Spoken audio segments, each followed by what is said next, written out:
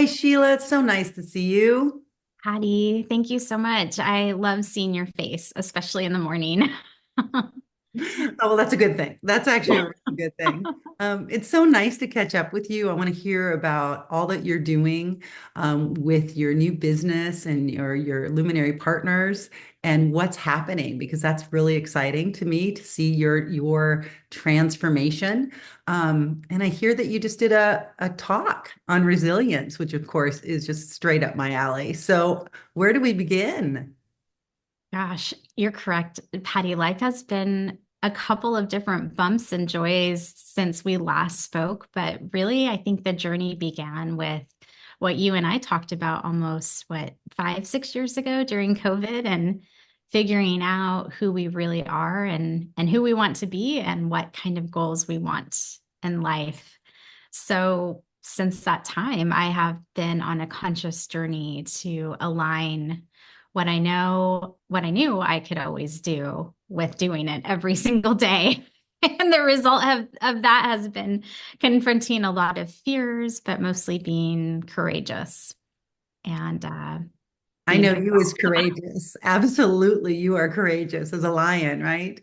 as a lion. Yes. Lion. So tell me about your business and some of those bumps in the roads and the resilience that you're coming out this other side. Yeah, so the business, we are coming up on our 1 year anniversary. Luminari Partners is co-founded with my business partner, Cheryl, and I, who worked together at a previous employer and just hit it off from the start. And we found ourselves at an employer where we could be our best selves, but we're both really unfulfilled.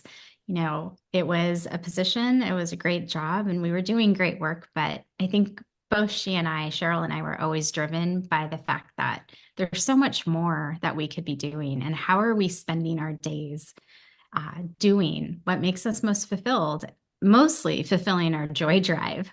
So last fall, I found myself looking for new opportunities.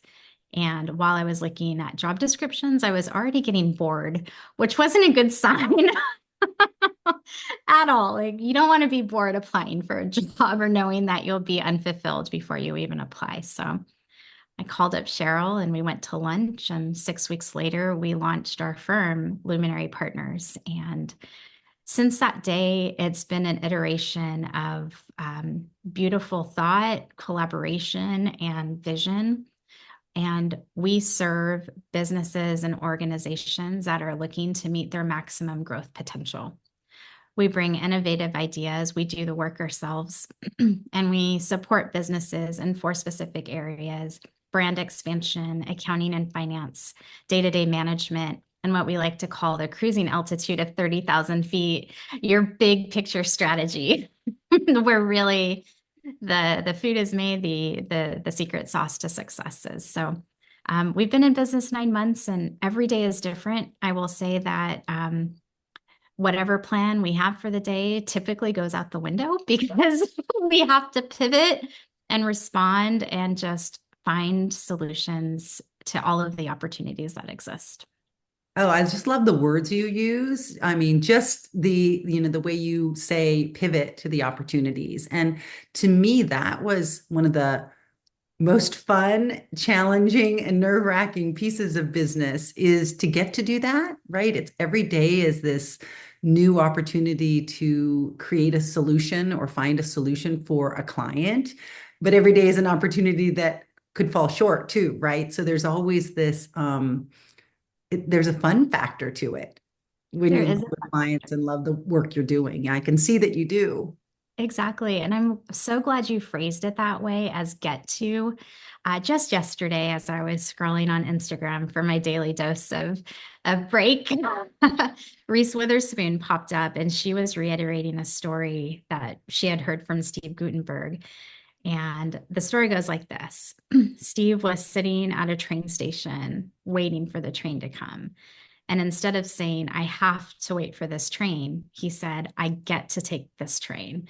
I get to take this train to my next appointment. I get to take the train to the appointment. Well, that will serve me to do this. And I thought that was such a beautiful phrasing, because when you get to do something, it's driven by joy and positivity versus the have as a burden. And this last year has really been the get. Whatever we put into it, we are getting. And I've been the most stressed out I ever have been in the last 9 months of my life, but I've noticed that the red from my eyes have gone away because I get to be so diverse. We get to be so diverse in our thought process and our thinking, and drive the success that we want. And it's beautiful. And we get to do that for our clients too. Well, what's beautiful is this, and I want to wrap it back to us, is that what you're doing and helping your clients do, it feels in some ways like it's that place where you start inside them. Like, what is it that they're trying to create inside them, that looking at it from that 30,000 foot? I love that piece of it.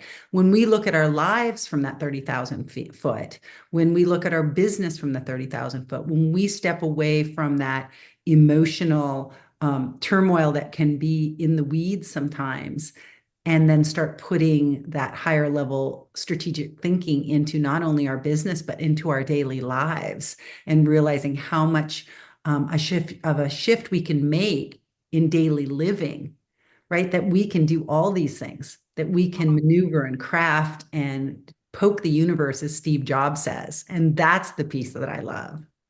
I couldn't imagine why. That is the exciting part, is you really do get to define your own opportunities. And we love figuring out what those are. Oh, that's beautiful. Now, you said you did a talk yesterday on resilience. So tell me more about that and the process that you went through, and how your last 9 months has contributed to the wisdom that you find now. Yes. So we've been challenged and or positioned with collaborating in so many different ways. And part of owning your own business, as I'm sure you've found, Patty, is that sometimes no doesn't even enter in your lexicon, right? It's, how do I get to this finish line or to this goal? You have to find a way there. And sometimes there is no other way, but most of the time there is. So recently I was told I don't take no for an answer. And I actually, one of my qualities I'm working on is understanding and listening better. So I really took this in to listen to what they had to say to me. And I went back into my internal server, as I like to say, to figure out where I've experienced and or displayed this quality before. And why this particular topic came to mind was I also recently joined a Toastmasters club just to continue my professional development. I like to speak, and there's no better time to work on yourself except all the time, right? So the speech I had to give was an icebreaker speech when I could choose any topic to speak about to let the others in the room get to know me more. So I spoke about how I was recently called resilient and why I wanted to understand where this quality came from. So I shared a story from maybe 10 years ago when I decided to train for a marathon. I was faced with being a caregiver, and I took to advice, the very dear advice and very real advice, that in order to take care of others, you have to take care of yourself. So, like any rational person, I took this to heart and I signed up for a marathon just so I can get the feelings out that I needed to as I was faced with this other challenge in my life. And nowhere through my training did I ever think I wouldn't finish the race. I always thought I would be at that finish line. I would crawl across it if I needed to. I planned to finish that race. And when I couldn't finish the race 3 weeks prior to the race starting, I slipped on a branch and I blew out my ankle, and my race dreams were done. It was really devastating to me. And when I reflected back on that story a couple weeks ago as I was preparing for the speech, the the quality of resilience really came to mind because I realized that I didn't ever tell myself no. It was always a yes. You're going to finish that race. You are going to train for it. You will meet your goals. And for me, going into that dialogue, that inner dialogue of what resiliency meant to me, meant that I really could accomplish whatever I set out to do. That's the dialogue I have within myself, that I trust myself, that I believe in myself, that I will always finish something. Now, in this case, I didn't finish the race, but what I did finish was gaining a mental fortitude of believing in myself. Mm. And it was just a beautiful memory, a traumatic memory, albeit, but one quality that I didn't even envision coming out of something so physical. Beautiful. Beautiful. And what will you carry forward for yourself with that? There's so much in business that you learn along the way as a business owner. There are things that you can never learn in school. There are things that you might never experience until it's faced and put on your desk, right? So, with that story of resiliency, it's just knowing that I'll find a way. And I think that's the most important lesson for anyone on any journey is believing that you can, believing that you will, never doubting yourself for a second that the hills or the challenges will be an impediment to your success. Because if you don't take that first step in committing to yourself, you'll never know what's possible. Beautiful. So that's how I tied it back around. And what do you feel that you've learned about yourself being a business owner um, for for this last 9 months? What have you really learned about yourself? There's been so much I've learned about myself in the last 9 months. Mostly it's that you don't do business alone. Your business is truly a reflection of your soul and of your passion, that you have to be vulnerable, that you have to ask for help. You might not necessarily have the team of employees that you were hired into, but you still have a team. There's always someone that you can call on, that you rely on. It's really just an extension of the network that we have built throughout our professional and our personal lives, and having it be a beautiful song of effort is what I've really learned. And despite all of those realizations, what I've learned is that I still need to remember who I am as a person and grow as a person. The person I was yesterday isn't the person I'm going to be tomorrow. That there's always more work to do, but it's really deciding where you want to put your energy and effort. We've been trained, if you've been in the workforce, a 9 to 5 employee, it's very task oriented mostly. When you own your own business, you are so self-directed and get to decide what your priorities are. So being open-minded to shift your perspective on balancing the workday, the workforce of your client deliverables has been a true realization of making sure that I can show up the best way for my business and for others that I work with and for. Okay. Wonderful.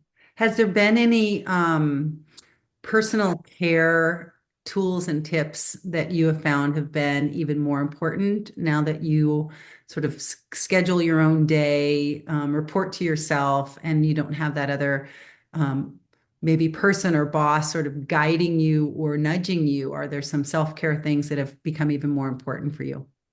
Absolutely. My business partner and I, we make sure to keep ourselves accountable. Cheryl loves to do yoga, and I make sure to remind her to go. She understands if I'm running or swimming. In fact, I have these little personas. If I run, I have a different mindset for the day versus when I swim. I have a different mindset. So she kind of knows what to expect from me based on what type of physical activity I did for the day. But really, what we've noticed the most is just keeping ourselves accountable to the openness of communication, being direct when we need to be, asking for help when we need to be, being very selfless and open to feedback has been the best challenge and gift most recently. Feedback is tough, right? And especially when you're doing so many new things in your own business, it's important to understand where you're doing well and where you could do better. And not all solutions work, but what happens if you don't try? You'll never know. I love that attitude. And there's two things I want to go back to. So I want to make sure we go back to you mentioned the difficulty in taking feedback, and I want to dig into that a little bit. But first, I'm curious. You mentioned that your business partner knows which physical activity you did that day. And as you know, I'm very deep into neuroliteracy and how we show up energetically. And I Mhm. believe the two of them are very well linked. So I would love to hear, how that conversation came about and how you are perceived differently depending upon that exercise, because that to me is a good lesson for all of us in realizing the different energy we show up in and the different outcomes we could get. That's incredible, Patty. I had no idea there were such links. I want to know more about that from you as well. You know, I've kind of I do two activities, like I mentioned. I do the running and I do the swimming. Swimming, I'll start with that, is just most commonly you're in the water, and that's just a place of reflection. You can't necessarily feel so much power except by the way and how fast that you're moving. And most often you're just staring down, right? And sometimes the water reflects back and you get to see the light reflect back on your face.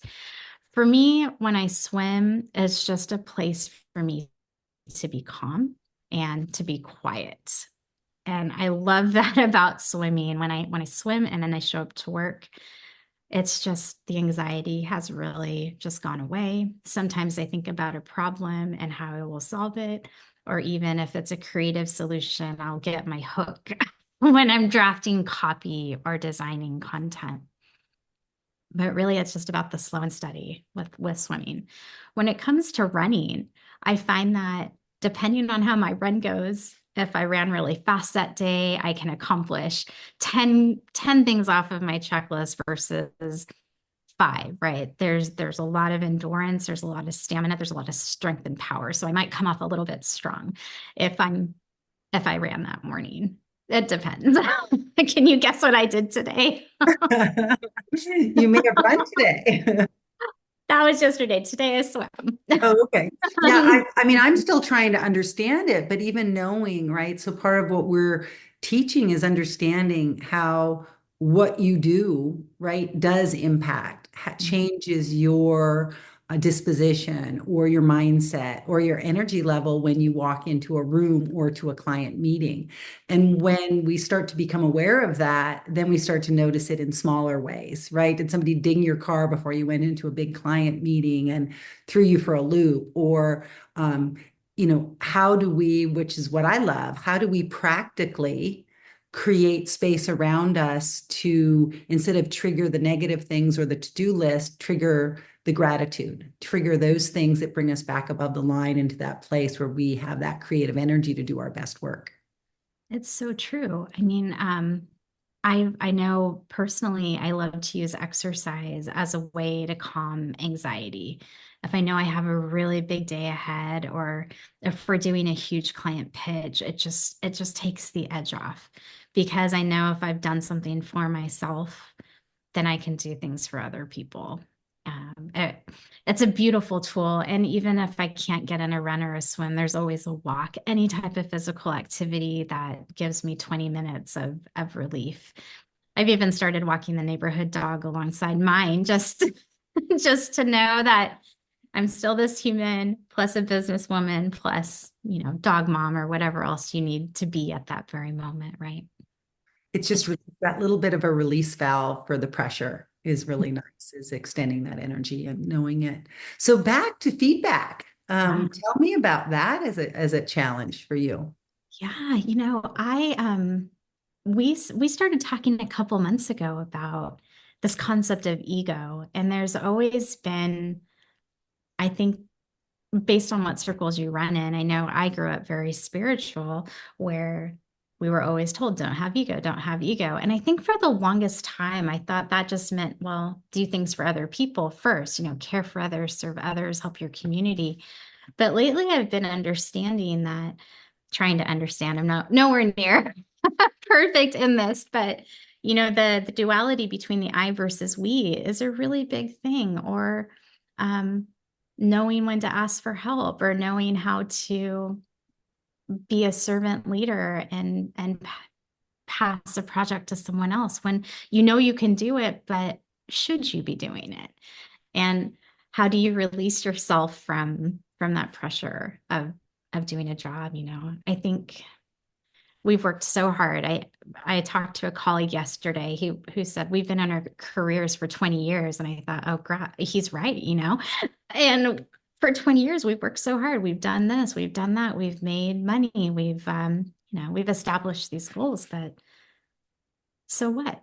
How can we, how can we make sure that our success isn't just our success, but it's part of a bigger story that still needs to be written. So I've really been working hard on accepting feedback, trusting those that are around me to advise me and guide me to get to the next level and experience the next level of success. I think it's been very difficult. There's a lot of inner thoughts that go along with understanding who you are as a person. And I'm not sure if everyone is on this journey. I think you were on this journey a couple of years ago too yourself, Patty, but The journey is going to be for me to, for every day of my life. And if this is hopefully of any help to you, I would say that feedback is such a gift and it is somebody's opinion.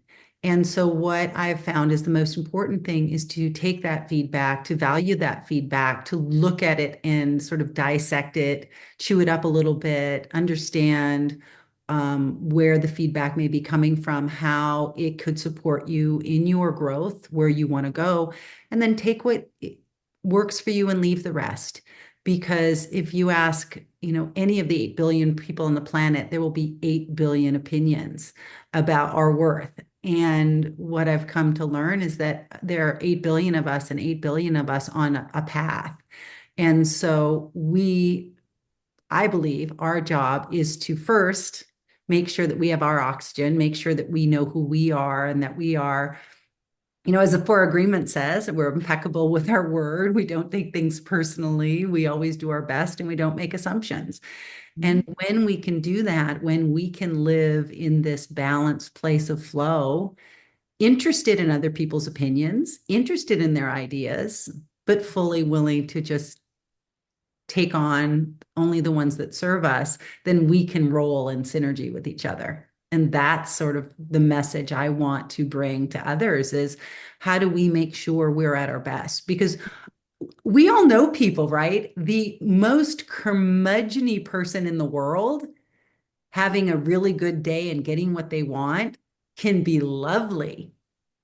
But it's what true. about the rest of the time, right? So we know that if someone's having a bad day, if we're having a bad day, if we are, emotionally bringing other people down, how do we pull that back in, take care of ourselves, and then be ready to support others on this journey?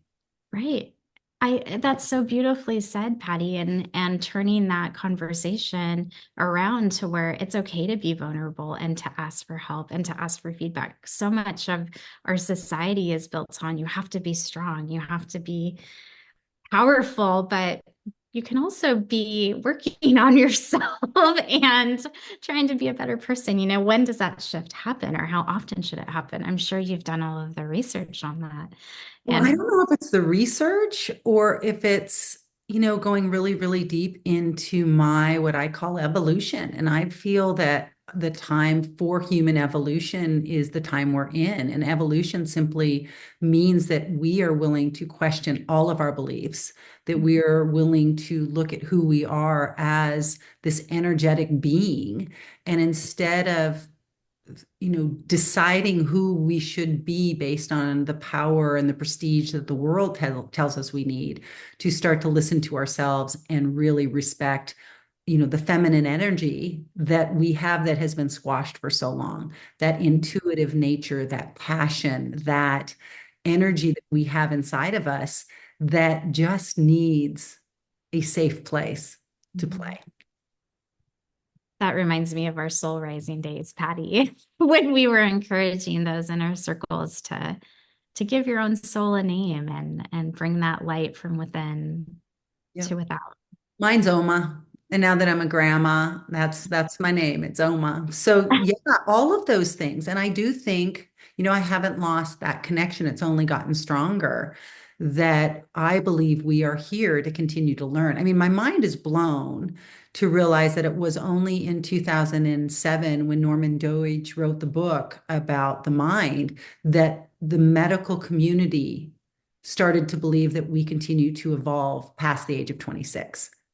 It was only in 2007. Before that time, philosophers said it. Other people would, talk about it in, the spiritual realm, but the medical community, and that's why neuroplasticity and neuroscience has really exploded, is since 2007 when that book came out.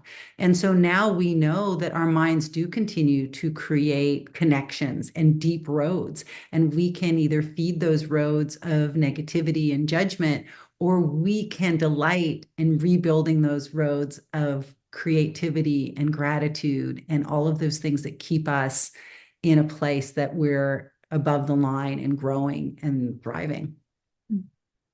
2007. 2007.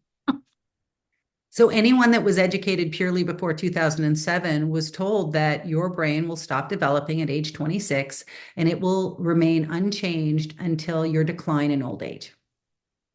Goodness. Well, Yeah. I don't even remember the person I was at 26, to be quite honest. I'm completely a different person It than seems that. obvious, but here we are. And so this is the opportunity that we can continue to evolve our ways of thinking, are the connections. We know that people who have evolved have found real peace in this world because they've realized that their thoughts are what create their emotions, and that we can adjust our thoughts and our emotions and our way of thinking as we get to know ourselves and our operating system. And so you talked about a computer earlier. We do have an operating system, and my operating system is different than yours, and yours is different than mine. But we each have this opportunity to create not only a resilience toolkit for those things that help soothe us and bring us to that state of equilibrium, right? That we get to know ourselves, but that we can share those tools with others. And again, when we each can show up at our best, then we can roll in synchronicity with each other. That is absolutely beautiful. And you're right. It should always be that alignment of your own personal values to what you are able to achieve in any single day. Mm. That word imposter syndrome is probably something we talk about every day, at least in my household, because we're always faced with new challenges. And, the difference in meeting that is believing in yourself versus letting those other conversations in your head tell you otherwise, right? So here's a question now that we're getting into it a little bit. So I can keep going if you can. Yes. Um, so here's the thing. Those voices in your head are all you. Mhm. So how do you befriend them? How do you let the wisest version of yourself corral the monkeys? And Mhm. how do you get to know and love yourself in such a deep level that none of those voices can topple your security? I Exactly. believe it's no one's opinion matters but your own. The day you wake up and feel fully proud of who you are, not from what you're accomplishing, but from who you are as a person. Every day waking up your very best because you have found work that gives you flow and helps other people and makes this world a better place. When you can wake up every day knowing you're giving that impact, what's there not to love and what's there to be an imposter about? Huh. Because the work you're doing is making this world a better place every single day and with every single conversation. You're absolutely right. I believe that. I do. I wake up with joy and I wake up with purpose. That's And all that matters. back to that resiliency. I mean, I do have to give my parents so much credit because they never told me I couldn't do something. It was always the carrot was, out here, and you better go get that. And now as I'm older, they love to tell me I work too hard, which I appreciate. But I always come back to them. You taught me how to work hard and how to reach my goals, and let's celebrate this, right? So I love the foundations that we've all been given to either overcome, achieve, whatever, and however anybody just defines that for themselves. Yeah. So Those found. define it and decide how you want to feel on a day-to-day basis, and then feel that more often. Thank you. I can do that. I do like challenges, as you can tell. Feel it, because that's what it is. And I think that's the reason people have such a hard time in retirement. They never learn to feel anything. They just learn to go, go, go, go, go. And then they abruptly stop and they don't even know what to feel.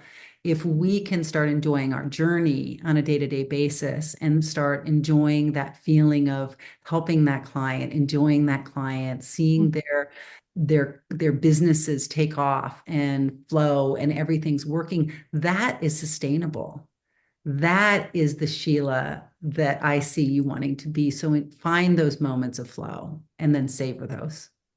Thank you, Patty. You said that so beautifully. And one of the ways we like to define our business is how relatable we are. We are going through these conversations and the personal growth and the professional growth, and everyone is on some journey in business. And there's always a way and there's always a path. And we just love to help. I love that. Oh, thank you for this. This is so beautiful. And I'm so proud of you and your business. And I want to keep our conversations going and keep growing and learning together. Thank you, Patty. Thank you for having me on your podcast today. It's so beautiful. Thank you so much. Thank you.